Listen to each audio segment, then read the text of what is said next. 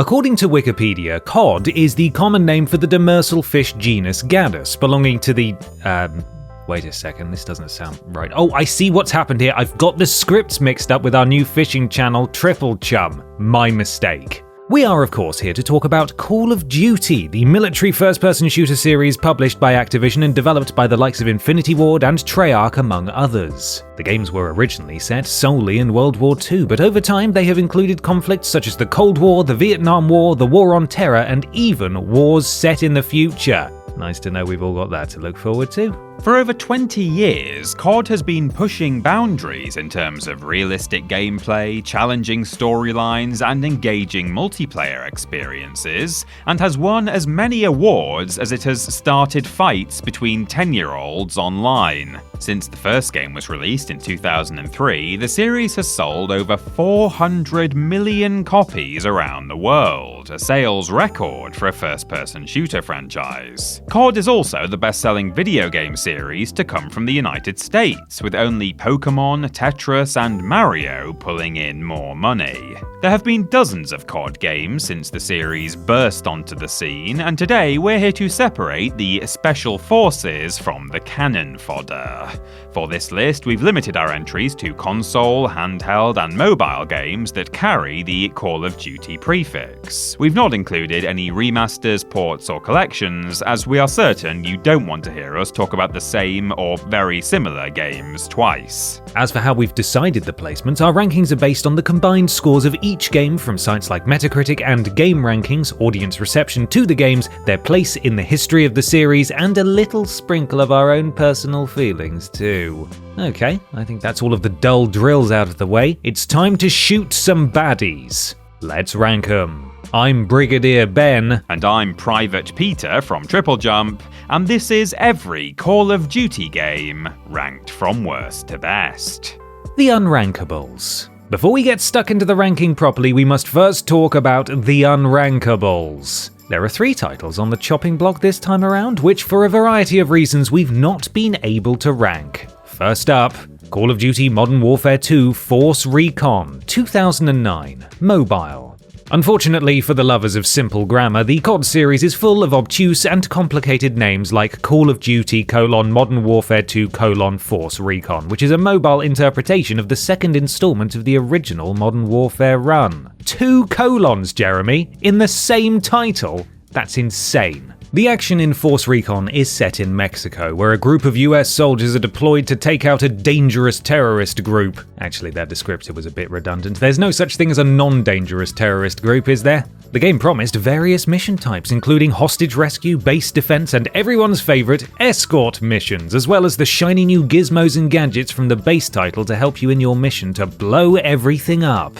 Weirdly, it seems to have been available via a subscription service, meaning customers had to pay a repeat fee of $3.99 a month just to play it, and that was in 2009. That's probably several $1 million in today's money. Maybe this is why nobody bothered to review it, and because nobody here fancies taking out a mortgage or selling their grandmother, we have absolutely no idea how it plays. I suppose we'll just have to talk about the front cover instead.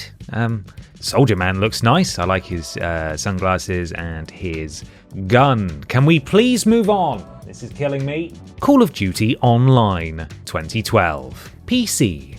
Make sure your socks are on tight because they're about to be blown clean off. Call of Duty Online is an online version of Call of Duty. Am I a neurosurgeon with a leaf blower? Because I just blew your minds. COD Online, or CODO as nobody called it. Wait, they actually did call it that. Seriously? Okay then, CODO was launched in 2012 as a way for Activision to tap into that sweet, sweet Chinese market. After previous attempts to navigate China's notoriously difficult distribution laws, the publishers got fed up and teamed with local company Tencent Games to bring a brand new Call of Duty MMO exclusively to the country. That'll show 'em. The game was free to play, which was a first for the series and featured several multiplayer modes inspired by those from previous titles. Perhaps the biggest change to the formula came in the handling of zombies, which due to Chinese law had to be replaced by a similar mode called cyborgs. Anything to do with the occult is highly censored in China, but apparently killer robots are absolutely fine. Due to the nature of CODO, still can't believe it was actually called that, we were unable to find any reviews that didn't involve getting to know the Duolingo owl. What we do know, however, is that the servers were on for close to 10 years before in 2021 they were shut down and players were encouraged to migrate to Call of Duty Mobile instead. More on that later. Call of Duty Heroes, 2014, iOS and Android. Instead of being a warfare-inspired selection box of chocolates, Call of Duty Heroes is a 2014 mobile release on iOS and Android, although if any chocolate makers are watching, then that's not a bad idea for a product. You better credit us though. I want to see my face next to the Viktor Reznov Caramel Crunch. Do you hear me? Heroes is a fascinating inclusion in the COD family because its gameplay is totally different to what you might expect. It's a real-time strategy affair where players take control of a barracks full of soldiers and then equip and command them to take out enemy strongholds.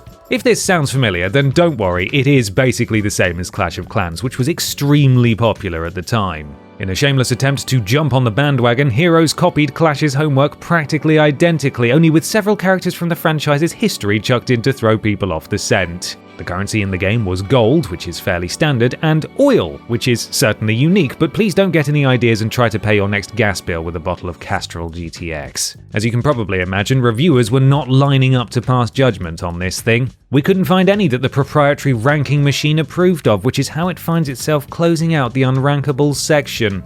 Oh well. And now, let's get on with the main list. Number 38, Call of Duty Black Ops Declassified, 2012, PlayStation Vita. 1 year after the launch of the PlayStation Vita, which is about 11 months after Sony stopped giving a hoot about it, Activision attempted to take the system by storm with a blockbuster new COD game. Let's see how that went. Call of Duty Black Ops Declassified, I warned you the double colons wouldn't stop, is a 2012 Vita game that attempted to bring the series to PlayStation's shiny new handheld. The story takes place between the first and second Black Ops games and features a tale recounting the CIA exploits of a trio of agents, including everyone's favourite, Alex Mason. The numbers, what do they mean? From Vietnam to Berlin to Afghanistan, the plot is vast and winding, full of intrigue, subterfuge, and all-out excitement as you fight baddies and save the world from numerous impending threats. At least, it would have been all of that had the game actually worked properly. Black Ops Declassified is an exceptionally broken game. Enemy AI routinely gets stuck on bits of the environment, the touch controls were about as user-friendly as a bucket full of knives, and the levels were so poorly designed a sheep wearing a blindfold could have done a better job. Throw in a bland multiplayer and a single-player campaign that lasted roughly an hour, which I'm fairly sure is against the Geneva Convention, and you get the lowest-rated COD game by far. Maybe this declassified information should have stayed in the vault. Number 37, Call of Duty Modern Warfare 3 Defiance, 2011. DS. I'm going to stop referencing the mad titles now because I'll give myself a headache if I don't, but just know that I'm silently judging every single one of them from now on. Modern Warfare 3 Defiance for the Nintendo DS launched on the same day as its chunkier counterpart, the second time Modern Warfare had graced the trusty dual-screened system. It was also the last Call of Duty game ever released on the DS, which isn't particularly encouraging, is it? Serving as a companion piece to the main game, Defiance opens at the start of the Russian invasion of Alaska that happens in Modern Warfare 3. Members of the National Guard step in to guard the nation. It is sort of their job, as the fighting travels all over America, from the deserts of Arizona to the Hoover Dam. Sounds like a jolly old time, but the only things that Modern Warfare 3 Defiance were defying were decent review scores. Critics were less than thrilled with how bland everything felt. This truly was the most bare-bones attempt possible to bring a console experience to a handheld, and players saw through this like a pair of cheap curtains. Underwhelming shooting, underwhelming graphics, underwhelming multiplayer, underwhelming writing. I could go on, but I worry that if I use the word underwhelming too many more times, we'll have to pay someone money. Let's just say that it's bad and leave it at that. Number 36, Call of Duty Modern Warfare 3, 2023. PC, PS5, Xbox Series X, PS4, and Xbox One. You know the one thing developers really hate when they watch these videos? Now who am I fooling? Developers don't watch these. They're far too busy and important to trouble themselves with peasants like us, but if they did watch these videos, then they would hate seeing their latest piece of work so very far down the list. At the time of writing, Call of Duty Modern Warfare 3 is the most recent game to grace the long-running series, only with the letters DIS put in front of Grace. It was released in November 2023 for a variety of consoles and on PC, continuing the second series of games to carry the Modern Warfare tagline. Some baddies break an even badder baddie out of prison and then go about trying to create a deadly chemical weapon. It's up to the SAS's finest, John Soap McTavish and John Price, to save the day, and just so you know, British people are allowed to be called something other than John. Modern Warfare 3 did not go over well, especially its campaign, which players felt had been needlessly sacrificed in order to focus on online play. Certain story components and maps felt like they'd been copied wholesale from older games, and many reviewers said that it should have just been a DLC pack for the previous title. As it stands, this is the lowest rated mainline COD installment ever, which is not what you want to hear about the shiny new one. Number 35. Call of Duty World at War Final Fronts 2008. PlayStation 2. The first Call of Duty game to carry the World at War subtitle released under that name for a load of platforms in 2008, but weirdly, when time came for it to debut on the PlayStation 2, Activision decided that name was stupid and boring and that it needed to add a little extra spice. As a result, the PS2 version of the game was given the extra subtitle Final Fronts, which makes this one of the most obtusely named entries in the entire franchise. A colon and a hyphen. What kind of crazy world are we living in here? Sorry, I said that I'd drop it. COD WoW FF, the worst shortening of a video game name ever, also came out in 2008 and was almost entirely different from its cousins on other systems, featuring an entirely new campaign where you get to play as a British soldier in World War II advancing on the River Rhine. I am reliably informed that the Rhine is in Germany, but you probably already knew that as you're much more cleverer than I am. Reviews for this game were not easy to track down, but we did manage to find enough in the end. Sadly, they weren't great. The lack of multiplayer was blasted, the graphics were torn to shreds, and there was an overwhelming sense that nobody who made this game actually cared about it. It's nice that they made a separate version for the PlayStation 2, but in hindsight, they needn't have bothered. Number 34. Call of Duty Roads to Victory 2007. PSP. 5 years before it stank the Vita to high heaven, Call of Duty put out another game for a different PlayStation handheld, and whilst it didn't totally pong, there was still more than a whiff of failure about it. Roads to Victory from 2007 was a PSP exclusive, a spin-off from Call of Duty 3 which had come out for consoles the year before. Like its counterpart, the action is set during World War II, with 3 distinctive campaigns available. An American one where players battle in the Netherlands and drop bombs over Normandy, a British one where players are airdropped behind enemy lines towards the end of the war, and a Canadian one where players kindly ask the Nazis to stop, please. TripleJump would like to recognise the brave sacrifices made by Canadian soldiers during World War II and compliment the nation on its excellent syrup and Ryan Reynolds output. Though the Allies might have achieved victory in real life, spoiler alert for World War II there, this game got majorly lost on the titular road. Bad enemy programming was frequently cited as an issue, which is kind of important in a game like this, as was the ham-fisted control scheme, and, to make matters worse, some reviewers experienced glitches that took them right out of the action. Less of a road to victory then, and more of a garden path to mediocrity.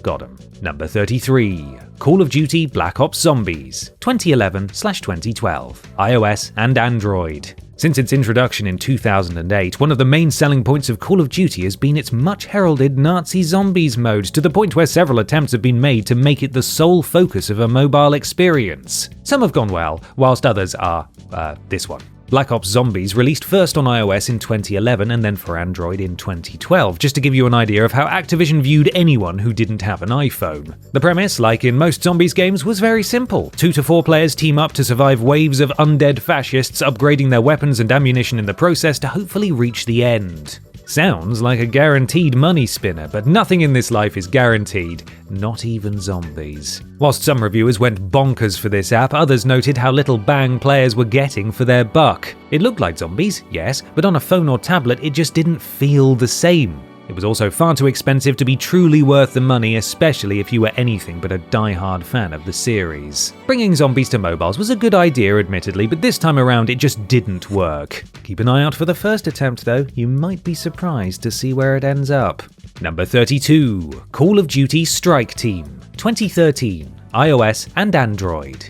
Staying on our phones for now, Call of Duty Strike Team dropped the year after the Android version of Black Ops Zombies, and this time it came out on both operating systems at the same time. Equality at last. A tactical shooter with both first-person and top-down perspectives available, Strike Team offered mobile gamers several different ways to have fun. There was a story mode, which featured a campaign that was set in the Black Ops universe, a survival mode where players had to fend off waves of increasingly tougher enemies, a time attack mode where players had to kill enemies to earn more time and stay in the game, and domination mode, a base defense game with some capture the flag elements. Not bad variety for a mobile title, but like having bees shoved up your nose, more doesn't always mean better. The first-person view was damn near impossible to use, the shooting could be a total nightmare, and most of the enemies were about as threatening as a mouse in a tiny coat. Some review outlets gave Strike Team a perfect score, which is absolutely unhinged, but if you were to ask most people who had played it, they would have told you that it wasn't anything special. Still, you have to admire its ambition. You have to, because if you don't, you'll just feel sorry for it and start crying.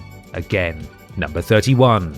Call of Duty Ghosts, 2013. PC, PS4, Xbox One, PS3, Xbox 360, and Wii U. Finally, the Call of Duty Scooby-Doo crossover we've all been waiting for. What's that? There are no actual ghosts in this game. Then why did I just spend the last 2 hours drawing fan art of Scooby and Shaggy calling in an airstrike? I can't work under these conditions. The 10th major COD game, Ghosts, is actually about a group of US soldiers from the near future trained to go where no one else dares. In this case, it's a formerly occupied area of the United States turned into a no man's land by a federation of united South American countries. Players can take control of a number of characters, including members of the Ghosts, an astronaut, and a German shepherd named Riley. That's it, we found the perfect Call of Duty game, just stop the list now. Sadly, even getting to play as the goodest of boys couldn't raise the general opinion of this game. Whilst new modes like Squads and Extinction were welcome changes, everything else felt stale, a reminder that Call of Duty used to be an exciting way to spend time. It didn't help that the soldier on the front cover is holding their cap like they've just tipped it and gone, "Milady." I don't know whose idea that was. Honestly, maybe a Scooby-Doo crossover would have been the better choice. You just try and tell me you don't want to see Velma fire a bazooka directly into Fred's face. That'll show him, smug git. Peter? Number 30. Call of Duty Modern Warfare Mobilized, 2009, DS. Before we get into the actual meat of the entry, I just want to talk about how clever this title is. You see, you can mobilize soldiers during a war, and this is a portable or mobile version of the first Modern Warfare game. How about that? Quite witty, right? Isn't it? No, okay, maybe not. Never mind. I'll move on. Before Defiance killed COD games on the DS, Modern Warfare Mobilized offered some hope that this would be a fruitful partnership. It's actually a spin-off from the second game, taking place parallel to the action, as a joint UK-US task force worked to stop an ousted Middle Eastern prince from nuking his former kingdom. Temper. God, imagine trying to play Monopoly with this guy. He lands on one of your hotels and threatens to blow you up. Nobody likes a sore loser, your majesty. Mobilized made use of its setting by adding in touchscreen minigames like hacking and the ability to control drones. There was also a 6-person multiplayer mode and the promise of improved AI that lived up to the intelligent part of the words artificial intelligence. As a handheld shooter, you could do worse, but there wasn't anything particularly gripping about picking up and playing this game. It was competent, yes, but lacked any real reason to return to it, landing it in the lower end of the list of COD games made for a non-console audience. But hey, remember that clever title? That's something. Alright, I'm just trying to find a silver lining. Get off my case. Number 29. Call of Duty Vanguard, 2021. PC, PS5, Xbox Series, PS4, and Xbox One. To be at the vanguard means to be at the very cutting edge of a particular field and to be considered an expert or pioneer that everyone else aspires to. This is painfully ironic, because the reviews for the Call of Duty game of the same name suggest the complete opposite. The story of Vanguard jumps around between various points in World War II, telling the tale of the formation of the US Special Forces in non-chronological order. In a pleasant deviation from most of the other games we've seen thus far, this campaign was actually praised by critics who found it to be both engaging and fun to play. This calls for a celebration. Champagne for everyone! Oh wait, the rest of the game didn't review so well. Oh. Put the cork back in, maybe we can still get our money back. The Zombies mode, which had been a highlight in previous releases, suffered mightily in Vanguard, much to the disappointment of fans of shooting reanimated Nazis. It didn't help that it originally featured a level with blood-soaked pages of the Quran on the floor, which was considered blasphemous by Muslim communities, and you can understand why. Thankfully, it was promptly removed. As for everything else though, it was painfully run-of-the-mill, to the point where some reviewers wondered if the series had run its course entirely. Is a Call of Duty game with good campaign and good zombies and good multiplayer modes too much to ask for? Well, if Vanguard is the reference point, then apparently, yes. Yes it is. Number 28, Call of Duty Black Ops DS, 2010. DS. Before you ask, the DS in Black Ops DS doesn't have some cool military meaning like Direct Strike or Desert Squadron. It's literally a Black Ops game released for the Nintendo DS, and so they called it Black Ops DS. Sorry to be a party pooper. This slimmer cut released on the same day as full-fat Black Ops and kicks off with a soldier called Shaw telling the story of how he and our main man, Alex Mason, The numbers, Mason, what do they mean? escaped capture in Cuba in 1967.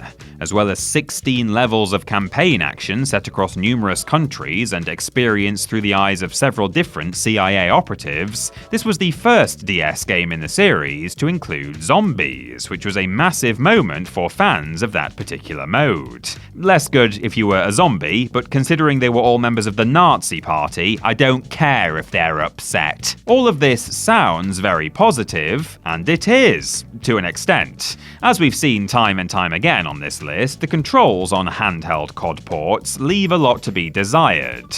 Reviewers just couldn't get to grips with, well, the grips, which severely impacted gameplay. Despite packing a different story though, this was just a diluted version of the proper game in the eyes of many. It did what it was told to do very well, but it was at a disadvantage from the very start. Aw, poor game. Number 27, Call of Duty Finest Hour, 2004, PS2, Xbox, and GameCube. Based solely on its name, this game should not only be the single greatest Call of Duty product ever made, but also one of the best video games of all time. It is neither of those things. Finest Hour was actually the first COD game to appear on consoles, premiering on a variety of home systems in 2004. Although based on the first game in the series, which was originally released only on PC, it has a completely different narrative, one that weaves together 6 different stories from UK, US, and Russian soldiers fighting in World War II.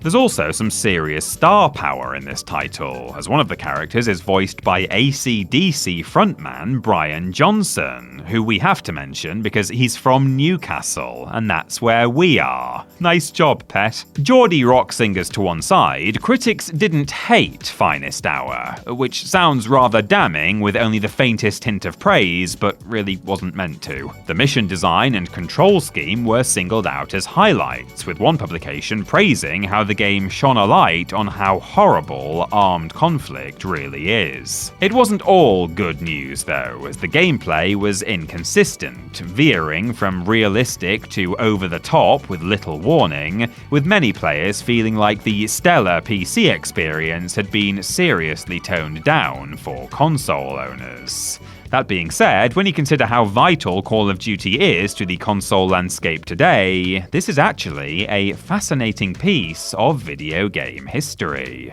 Number 26, Call of Duty Classic, 2009, PS3 and Xbox 360. Remember when Coca-Cola started using a new recipe that everyone hated, so they re-released the old one under the name Coca-Cola Classic? Well, welcome to the first-person shooter equivalent. 6 years after the first Call of Duty game was released solely for PC gamers, Activision put out an enhanced port for PlayStation 3 and Xbox 360 owners, calling it Call of Duty Classic. Whilst nobody tested to see if the discs tasted any different, cowards, difference. The actual game was mostly the same, only with updated graphics and a new controller-friendly control scheme. If you were just after a way of accessing a stellar PC game on a home system, then Classic was perfect. It brought the experience to a new set of gamers, and that is never a bad thing.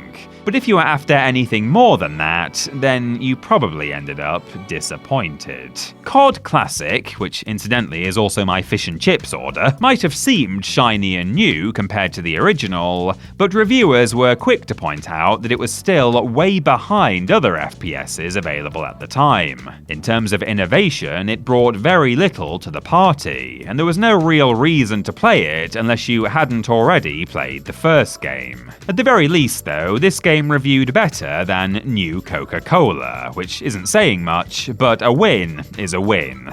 Number 25, Call of Duty World at War, 2008, DS. This is not the full console version of Call of Duty World at War, meaning we'll have to wait a little longer to find out how that did, but rather the DS port that also came out in 2008. Sorry, but I promise we will get there soon enough. It follows the same basic path as the full game, only from a different point of view, as players take control of 3 privates from across the 3 main armies of the Allied powers. It's a bit like when 50 Shades of Grey author E.L. James released a version of the first book from Christian Grey's perspective, only the privates featured in that were very different. From the Pacific Ocean to occupied Europe to the heart of Berlin itself, this World War II adventure tackles all sorts of historically inspired missions, as players must not only shoot their way to victory, but also partake in mini-games like defusing mines, sending Morse code messages, and wrapping bandages around the gross wounds of their friends. Fun for all the family. Reviewers were pleasantly surprised to see how much such a simple game could handle, praising the title's complexity. Whilst the technical aspects of World at War were above average, however, the gameplay was not, as this was yet another example of a stripped-back, surface-level attempt to take COD on the go. Still, it is actually the highest-rated handheld game in the series, so that's a little victory for it, if nothing else is. Number 24, Call of Duty Infinite Warfare, 2016. PC, PS4, and Xbox One. I'm just going to come out and say it, the idea of infinite warfare sounds terrible. Who in their right mind would want that? Well, COD players in 2016, apparently. Call of Duty Infinite Warfare, which released on the PlayStation 4, Xbox One, and PC, is interesting in that it's a standalone game, meaning it has no connection, plot-wise, to any other title in the franchise. This wasn't new to the series, but these days it is rare. Said unique story takes place in the distant future, and no word of a lie, the opening to the game is set on one of the moons of Jupiter. How the hell did we get from World War II to this in just over a decade? Space War is the name of the game here, as players are given control of all sorts of futuristic weapons in a bunch of different environments, some of which are in zero gravity, which is just as mental as it sounds. Though there was some initial doubt over whether Infinite Warfare was too far removed from the COD formula, players softened on it somewhat after getting to grips with it. The campaign was surprisingly decent, zombies was a nice distraction, and though a little silly, the space stuff was entertaining if you could turn your brain off. Not a perfect game by any stretch, but this intergalactic gamble was not the space shipwreck that some made it out to be. Too many famous faces though. Ugh. Number 23, Call of Duty Modern Warfare Reflex Edition, 2009, Wii. The original Call of Duty Modern Warfare game first hit consoles and PCs in 2007, and it made quite a big splash, as we'll find out later. Nobody expected that splash to be so big that it was still being felt 2 years later, though, which is when a port of the game found its way onto the Nintendo Wii. Modern Warfare Reflex Edition, which is a weird name because all video games require reflexes, was practically the same game, only it had been been gutted somewhat. Split-screen multiplayer was no longer a thing for a start, with co-op players having to share one screen, which sounds like a total nightmare. Also, the graphics were poorer, and players had to deal with motion controls, which aren't exactly what you want in the middle of a war zone. This sounds like a recipe for disaster, but the Reflex Edition actually performed rather well. And why's that? Well, simply put, because Modern Warfare is a classic, and even a photocopy of the Mona Lisa is still beautiful to look at. From the campaign to the online multiplayer to the customization options, so much from the original game was present in the Wii port, which made it very hard to dislike. Even though it polled considerably lower than other versions, this iteration of Modern Warfare still didn't do too badly. Massive props to developer Treyarch for doing so well, with their backs firmly against the wall. Number 22, Call of Duty Black Ops Cold War 2020. PC, PS5, Xbox Series, PS4, and Xbox One. Typical. The one time you want them to use 2 colons in a Call of Duty title is the one time they don't do it. This series is out to make our lives a living hell, I'm convinced. Black Ops Cold War, no colon, from 2020 takes place, get this, in the Cold War. 13 years after the original Black Ops story began, players now find themselves in the early 1980s at the height of American-Soviet tensions. Well, for now, anyway. There's still time, hey Vladimir?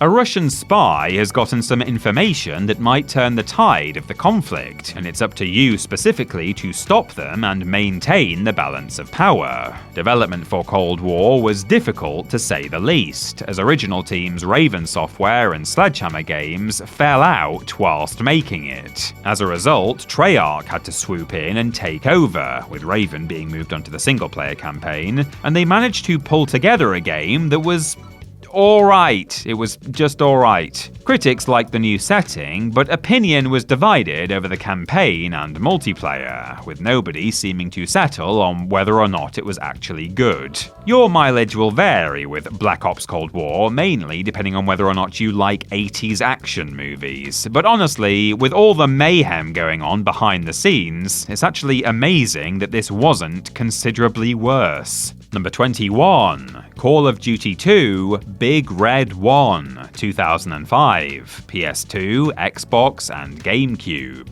Am I reading that right? The subtitle of this game is Big Red One. That can't be correct, surely. Sounds like some kind of inflammation. If you've got a big red one, consult a physician immediately. Yes, this spin-off to the second Call of Duty game is called Big Red 1, and no, it's got nothing to do with medical issues, it's actually to do with the logo for the US Army's 1st Infantry Division. You learn something new every day. This game covers some of the unit's actions in the Second World War, including their participation in the invasion of Sicily and their landing on Omaha Beach as part of D-Day. This game's silly name didn't deter any of its celebrity guests, as it features voiceover from Mark Hamill, who serves as the narrator on the fictional military channel, and appearances from several actors who took part in the acclaimed miniseries Band of Brothers. Not a bad pedigree then. But how did it play? Well, a strong, albeit short, campaign, good graphics and sound, and engrossing historical narrative won the title a lot of fans, though some were quick to point out that it brought nothing new to the war shooter genre. For the most part, Big Red 1 was a success, and it even collected a gong at the ceremony that would become the DICE Awards, but we're still really not keen on that name. Number 20, Call of Duty Modern Warfare 2, 2022. PC, PS5, Xbox Series, PlayStation 4, and Xbox One. I suppose now is as good a time as any to explain the needlessly complicated situation regarding Call of Duty Modern Warfare. The first 3 games in the sub-series, released between 2007 and 2011, were numbered 1, 2, and 3 using standard Arabic digits. Then, between 2019 and 2023, 3 more Modern Warfare games came out, also called 1, 2, and 3, but using Roman numerals instead. So, this game here is called Call of Duty Modern Warfare 2, but is actually the second game in in the second series and the 5th Modern Warfare game overall. Have you got that? Me neither. Anyway, let's talk about the game itself, which is helmed by Elite Special Forces Unit 141, who have teamed up with a group of Mexican soldiers to track down a terrorist leader who's come into possession of some missiles. What is it with terrorists and missiles? Those two just can't keep their hands off each other. Modern Warfare 2 Roman Style was a massive commercial success, becoming the fastest Call of Duty game ever to make $1 billion worldwide. In terms of critical reception, it didn't fare too badly either, praised for being addictively playable with satisfying gunplay and a strong multiplayer. The gun customization was a total headache though, and there were a few technical issues that prevented it from truly reaching great heights. On the whole, however, not too shabby at all. Number 19. Call of Duty 3, 2006, PS3, Xbox 360, PS2, Xbox, and Wii. Call of Duty 3 was make or break for the franchise. If it was a success, then the series had nailed a trilogy, a grand gaming achievement. If it flopped, then there was every chance Call of Duty would die forever. Fortunately for fans of shooters and Activision's accountants, the former scenario came true. Alongside the standard British, American, and Canadian campaigns, COD 3 let players play as a Polish soldier too, a tank driver who must fight to expel a fragmented group of Nazis from a strategically valuable hill. Missions were loosely structured, allowing for more freedom in completing objectives, and of course there was multiplayer, aka which of my dearest friends should I grenade first? Now, if life were fair, Call of Duty 3 would be higher on this list. The Sony and Microsoft versions garnered average review scores in the low 80s, with fans going wild over the vast amount of content on offer and the slick, enthralling action. Life, however, is not fair, as evidenced by the fact that this game was also released on the Wii. A launch title for the little white box, COD 3 on the Wii was a considerable step down in quality. The graphics were second-rate, there was no multiplayer mode, and the controls were about as accurate as trying to play darts with a spear. On the plus side, it scored a 69% average on Metacritic, which we can all agree is very nice indeed. Number 18. Call of Duty World War II, 2017, PC, PS4, and Xbox One. This next entry on our list, Call of Duty World War II, or Call of Duty WWII if you want to get pedantic about this, marked the first time the series returned to the conflict that made its name in almost a decade. This 2017 release plunged players back into the murky world of the European theatre, returning to the 1st Infantry Division, the big red ones, remember? And their involvement in Operation Overlord, otherwise known as the battle to free Western Europe from Nazi occupation. Developers Sledgehammer Games didn't pull its punches on this one, as player character Ronald Red Daniels not only witnesses the horror of battlefield combat, but also the monstrous acts committed by the Nazi regime as the story takes him to a concentration camp. If you're looking for something light to play on a Sunday afternoon, this is not it. The campaign was very well received, compared by some to an emotional war movie. Players also enjoyed revisiting World War II as a subject after so many years away, especially as the game was so polished and enjoyable to play. Unfortunately, a slightly underwhelming PC version is what did this title in, but considering the mission statement was to get players interested in a Second World War Call of Duty game again, I'd say the devs passed. I'd also say that if the objective was to traumatize its player base, which probably happened quite a bit. Number 17, Call of Duty Black Ops 2, 2012, PC, PS3, Xbox 360, and Wii U. Though we've come across a few offshoots, this is the first time we've talked about an honest-to-goodness OG Black Ops game on this list, which is nice, and there's a lot to talk about with this one. COD Blops 2 splits its story across two distinct time zones, the 1980s, where Mason and Woods from the previous game are trying to retrieve Mason's kidnapped son David, and 2025, where David is now all grown up and a soldier fighting in the Second Cold War. This was the first time COD had been to the future, though sadly, it didn't go into space. Boo! Another notable fact about this game is that it featured multiple endings that range from very good to very bad. This adds some serious replayability to proceedings, just one of the reasons why Black Ops 2 did so well. The story was heavily applauded, particularly its villain, Raul Menendez, who stands out as one of the best antagonists in the franchise. Whilst various changes made to single-player and multiplayer gameplay, and a zombies mode featuring a bus driven by a robot were also accepted as positive innovations. Again, the PC version lets this game down, doing much worse with reviewers than its counterparts on other platforms. Shockingly, Blops 2 went down rather well on the Wii U, so you know that on the whole it must be really quite good. Also, where in gaming are you going to find a fully rendered Avenged Sevenfold concert? Nowhere, that's where. Number 16. Call of Duty Warzone 2.0, 2022, PC, PS5, Xbox Series, PS4, and Xbox One. In 2020, possibly because nobody could leave the house or talk to their loved ones, Call of Duty's free-to-play battle royale-style game Warzone became very popular. 2 years later, out came the sequel, the imaginatively titled Warzone 2.0. Wonder how long they spent thinking of that one. This was another battle royale experience, available on a range of consoles, old and new, as well as via the trusty old home computer. Though it was included as part of Modern Warfare's 2 and 3, it was also available as a separate download, which is what qualifies it for this list. There is a plot that ties into those Modern Warfare games, but the main appeal of Warzone 2.0 isn't the story, it's the gameplay. Players run around a rapidly shrinking map looking to take out their opponents before they themselves are done in. Simple, yet effective, and it's done here to a very high standard. Publications who enjoyed the game pointed out that it felt more real than the previous Warzone and were very happy with the new maps, particularly the desert-centric Al Mazrah. Detractors claimed that they suffered technical issues and that 2.0 was little more than an update, but the general consensus was that it was a very good time. But how does it compare to the first game? If only we were about to discuss that right now. Number 15. Call of Duty Warzone 2020. PC, PS4 and Xbox One. Well, would you look at that, it's almost as if we planned it. Yes, the first version of Warzone reviewed ever so slightly better than its successor, but honestly, in terms of the cultural impact it's had, this game deserves way more praise. It deployed at the perfect time, March of 2020, right when humanity had a whole lot more free time on its hands and was looking for a safe and free way to stay in touch with their friends and have fun at the same time. Again, there is a story mode to Warzone, which was first a feature of the Modern Warfare reboot and then got updated alongside Black Ops Cold War and Vanguard, but approximately 6 people cared.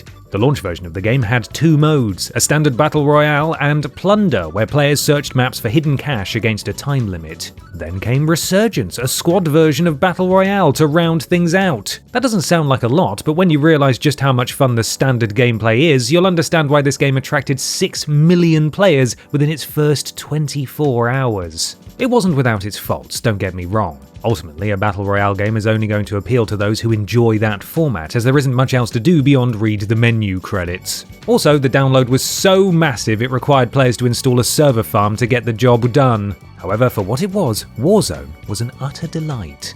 Number 14. Call of Duty Advanced Warfare 2014. PC, PS4, Xbox One, PS3, and Xbox 360. Of the 3 Call of Duty games not to feature in a larger sub-series, the one that stands above the rest in the eyes of the critics is 2014's Advanced Warfare. Why, I hear you ask? Well, if you just give me a second, I'll tell you. Jesus, people on the internet have no patience these days. The game is set in the 2050s and 60s and is anchored around former Marine Jack Mitchell, voiced by Troy Baker, who ends up joining a private military organization run by a man called Jonathan Irons. Irons is portrayed by confirmed wrong'un Kevin Spacey, but try not to hold that against the game. The campaign narrative wasn't the strongest, it didn't make a great deal of sense when given any sort of scrutiny, and some players felt the basic framework of the game was too similar to previous entries. However, there was still a lot to be happy about. The futuristic weaponry was a lot of fun to play with, the multiplayer was one of the best in the series to date, and a new mode called Exo Zombies, where the familiar monsters were given technological upgrades, was lauded as a grand innovation.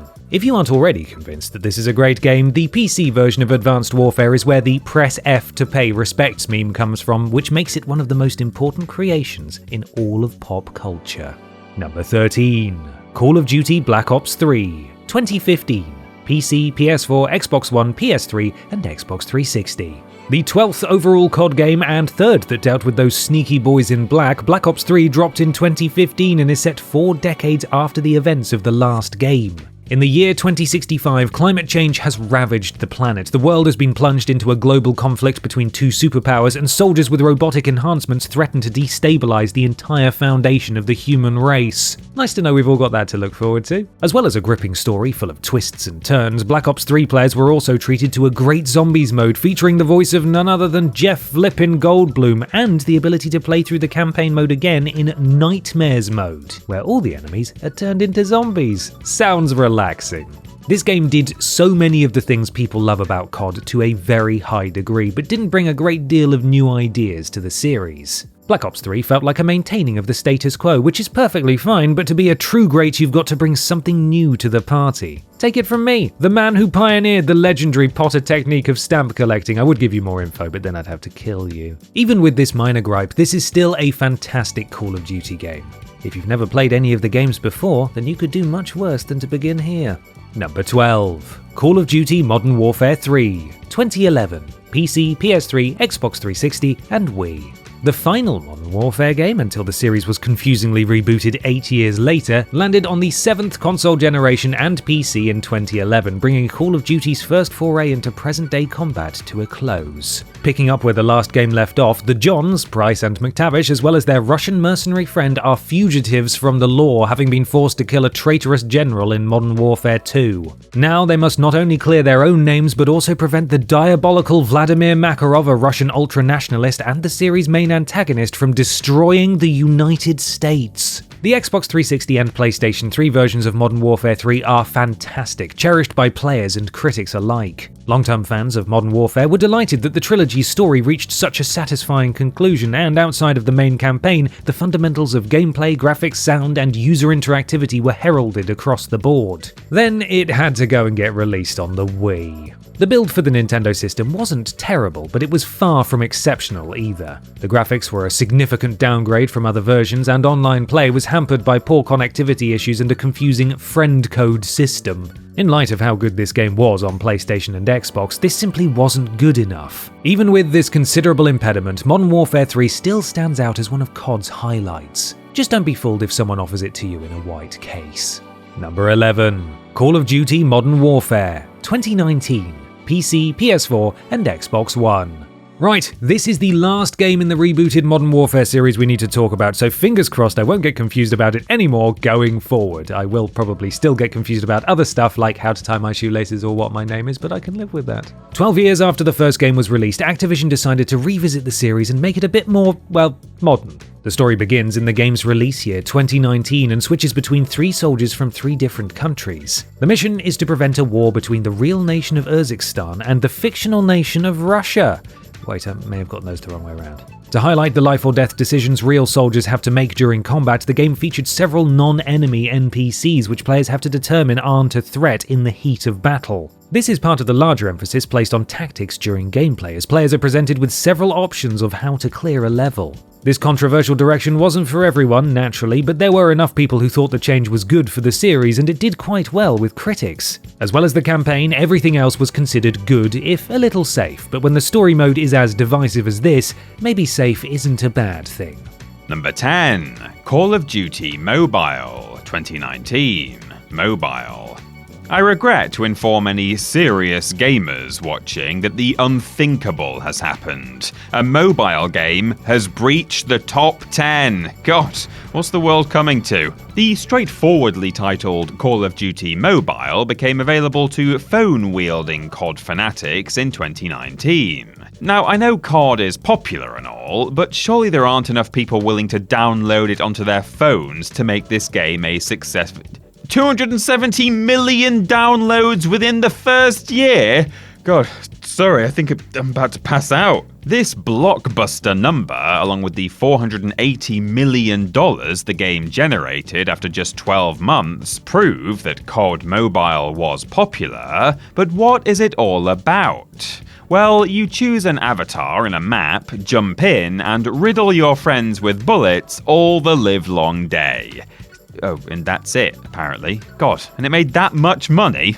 Crikey. I'm being a bit facetious though here, because players could enjoy a range of modes in multiplayer, from capture the flag to a traditional battle royale, as well as various zombie modes that were released as part of updates over the game's lifetime. Even with all of the pitfalls of mobile gaming, microtransactions, the critics ate this one up, complimenting its satisfying progression path, simple control scheme, and faithfulness to the console experience. In the eyes of many, this was the best Call of Duty had ever been on a handheld device, blowing all of the titles released on actual game systems out of the water. Oh, that's gotta sting.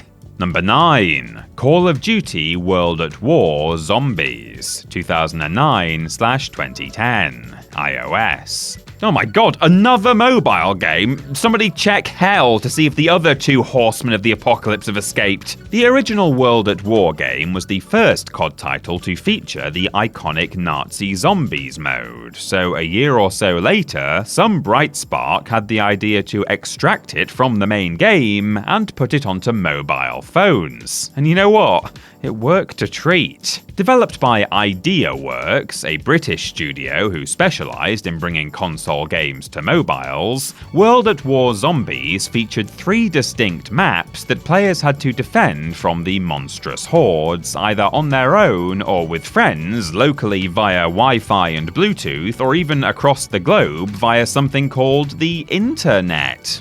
Never heard of it. It might have only featured one style of gameplay, but critics were still very happy with how this turned out. All of the fun of the revolutionary console version had been preserved, with solid graphics and competent gameplay, making this an easy purchase for zombie lovers. Or haters, given that the goal is to kill them all. Zombies is now as much a part of the COD franchise as any of its stories or characters, and has a firm place in the gaming cultural sphere, so it more than deserved a chance to stand on its own. Thankfully, this release did the beloved mode justice, and allowed millions of people to connect through their shared love of blowing the heads off undead Nazis. Ah, warms your heart, doesn't it? Number 8. Call of Duty Black Ops 4, 2018, PC, PS4, and Xbox One. For some reason, for the 4th main installment in the Black Ops series, Call of Duty abandoned Roman numerals and just called this game Black Ops 4. But it's okay, because we gave up trying to rationalize COD naming choices about 20 entries ago. Coming to PCs and the 8th generation of home consoles, Black Ops 4 is the most recent numbered entry into the Black Ops series, and easily in the top half when it comes to quality. Yes, there have only been 5 Black Ops games, so it's not a very big half, but shut up. There's every chance players could have turned on this game, as it was the first mainline COD release to not feature a traditional single-player mode. Instead, though, it had something called Specialist HQ, a selection of mini-missions designed to add context to the multiplayer mode's characters. A nice idea, admittedly, but seems like a lot of work to avoid something that's been part of gaming practically since it started. Thankfully, the multiplayer mode more than made up for the single player's sacrifice. Blackout, a battle royale mode, was roundly applauded as one of the best modes of any type on any COD game, and the 2 separate zombie modes, each with their own plot, were also barrels of fun. It could have gone badly wrong for Black Ops 4, but luckily, or luckily for the game anyway, it seems few people minded that there wasn't a traditional story mode. I dread to think what that means for the future of the series and gaming as a whole, but I suppose that's a conversation for another time. Number 7. Call of Duty World at War, 2008, PC, PS3, Xbox 360, and Wii. Now, this may come as a bit of a shock to you, so please sit down if you aren't already, but did you know that there was once a war that featured the entire world? Yeah, and then after that one wrapped up, there was another one! I know, why didn't anyone tell us about this? Call of Duty World at War was the 5th major COD installment and the 4th to feature World War II as its main battleground. Despite this, it's actually the starting point of the franchise's Black Ops storyline, as characters and plot points returned for future games with that subtitle. Players could choose between an American and Soviet campaign, each one beginning in 1942 and carrying on until the end of the war. If that didn't appeal to them, then those with a more bloodthirsty disposition could play something the series had never seen before, the first ever iteration of Nazi zombies. As well as introducing this series' mainstay, World at War provided some of the deepest story moments and best voice acting the series had seen up to this point. The gameplay was violent and intense, tense to convey the true horrors of war, and the addition of co-op meant you didn't have to get traumatized alone, which was a thoughtful touch. The campaign was a little jumbled, hopping around the timeline in a way that compromised the narrative structure, but this was a minor grumble. Ultimately, World at War is a solid shooter that would prove to be just as significant as the conflict it takes place in. Okay, I'm only joking, that's a massive exaggeration, but, you know, it was very good. Number 6. Call of Duty Black Ops 2010. PC, PS3, Xbox 360, and Wii.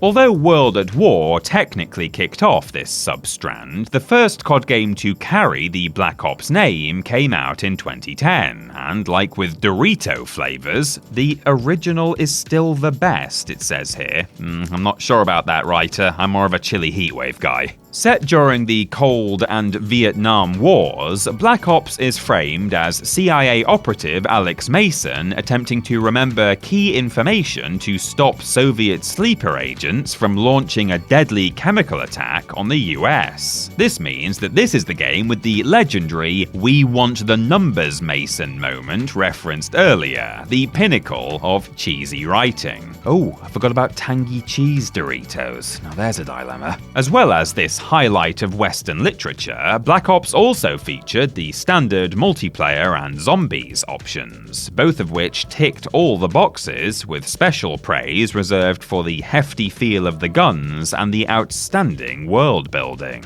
It did upset some Cuban players with a scene where soldiers try to kill Fidel Castro, but the developers had to know that that was coming. The PC version was frequently buggy, and the Wii version was, well, a Wii version, but thankfully the main console releases were strong enough to make up for all that. And what did their average review scores look like? Well, I googled it a couple of minutes ago and it's still not loaded. Come on, just give me the information. I just want the numbers, Metacritic. Number 5. Call of Duty United Offensive 2004 PC. Not a game where you launch an assault on the Red Manchester football team, United Offensive is instead a PC expansion for the first Call of Duty game. If that wasn't very funny, I apologise, but come on, it was a sports-related joke. I'm way out of my depth here. The add-on had multiple campaigns, allowing players to step into the boots of 2 Americans and 1 Soviet soldier. No British campaign, I see. I'll be writing to my local MP about this. Once again, the action mirrors real-life World War II events, not straying too far from the formula established in the main game. Where United Offensive really comes into its own, though, is in its multiplayer options, as it introduces new and bigger maps, new weapons, a new ranking system, and the ability to drive vehicles. Many reviewers wrote that United Offensive felt less like an expansion and more of a fully fledged game, with a story that could have easily filled out a larger release. The changes to the multiplayer were warmly received, as were the various new features in the single player. And if you didn't know this wasn't a full-on sequel to Call of Duty, it wouldn't take much to convince you it was. It even won Computer Games magazine's prestigious Expansion of the Year award in 2004. I mean, it's probably prestigious to someone, somewhere, maybe. Number 4. Call of Duty 2, 2005, PC and Xbox 360. As United Offensive wasn't actually a sequel to Call of Duty, that honour fell to the appropriately titled Call of Duty 2, which graced not only PCs, but the Xbox 360 too, making it the first mainline COD game to get a console release. Man, COD games on consoles being a novelty. A simpler time I remember well. Once again, the story takes place during the second of the World Wars, better known as Two World, Two War, with multiple different national campaigns. One for the Americans, one for the Soviets, and oh, 2 for the British! Those letters to my MP must have worked! In terms of how the game plays, there were a number of improvements from the first title. Now, characters' health regenerated during combat, which made things a damn sight easier, and players were also alerted to the presence of grenades with the appearance of a special icon. not very realistic, but a lot kinda on stress levels. Improved graphics and a stunning soundscape made this one of the most immersive war shooters ever seen at the time, and critics responded in kind, lavishing it with technical praise. Above everything else though, Call of Duty 2 was just really fun to play, and is still remembered fondly by those for whom it was a gateway into the series. Truth be told, this one is still my personal favourite. The only problem it caused is that now that COD was on consoles, it was never going to leave. The annual releases are your fault, COD 2. How could you do this to us? Number 3. Call of Duty 2003 PC. Here we are, folks, the game that started it all, the reason we're all here, and the saving grace of aunties everywhere who've got no idea what to buy their nephews for Christmas. From the far distant past of 2003, I give you Call of Duty. Developed by Infinity Ward and published by those stand-up fellas at Activision, heavy sarcasm there in case you didn't clock that, Call of Duty was seen by many at the time as a response to EA's Medal of Honor series, a range of shooters that were also set during the Second World War. Where COD differentiated itself, though, was in the fact that it had 3 different storylines, each representative of a different nation on the Allied side of the fight. Available only on PC, well, there was a Nokia N-Gage version, but if you think there were any reviews for that, then you're an even bigger fool than I took you for. The game dropped players right into the jaws of war as an American, British, or Soviet soldier. These stories drew on real-life events from the conflict, with a focus on realistic settings and weaponry to satisfy the history buffs. With revolutionary gameplay, immersive visuals and sound design, and music by Oscar-winning composer Michael Giacchino, Call of Duty blew everyone away upon release, with many outlets honouring it in their year-end awards. Oh, and there's also the small matter of it starting one of the most popular and profitable gaming franchises of all time. Take that, Medal of Honor. Well, no, don't. I also like Medal of Honor.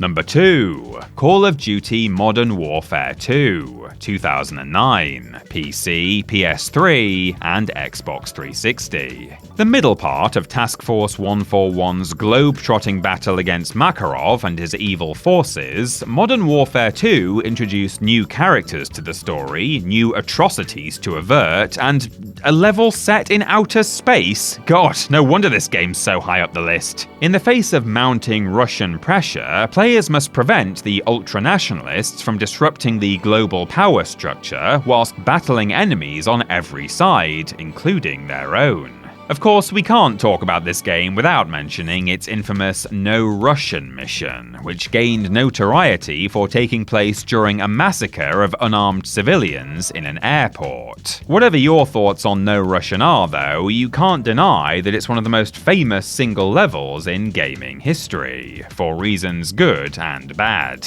Even with this controversy, though, Modern Warfare 2 still enraptured players both professional and otherwise, with many quick to call it one of the greatest FPS games ever made. Its scenarios were never anything but exciting, thanks to smooth as silk gameplay, inventive weapon design, and a cast of characters you couldn't help but root for. The single-player mode may have been a bit on the short side, but when the main complaint against a game is that there isn't enough of it, then you know it's probably quite good.